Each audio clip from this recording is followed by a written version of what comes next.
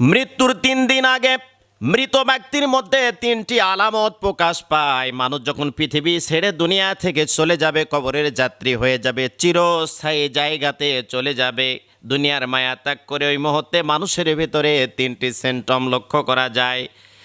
1 নম্বরে হলো খাবার দাবার বন্ধ হয়ে যায়, পরিবর্তন হয়ে যায়।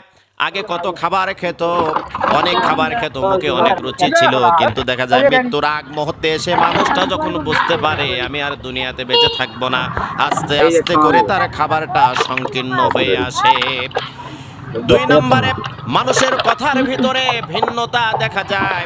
আগে জুড়ে কথা বলতো, দাপট দিয়ে কথা বলতো, অহংকার দিয়ে কথা বলতো, অহংকারের সাথে কথা বলতো, কিন্তু মানুষটা দেখছে দুনিয়ার মায়া ত্যাগ করে চলে যাব, মানুষের কথার ভয়েসটা আস্তে আস্তে নরমাল হতে শুরু করে।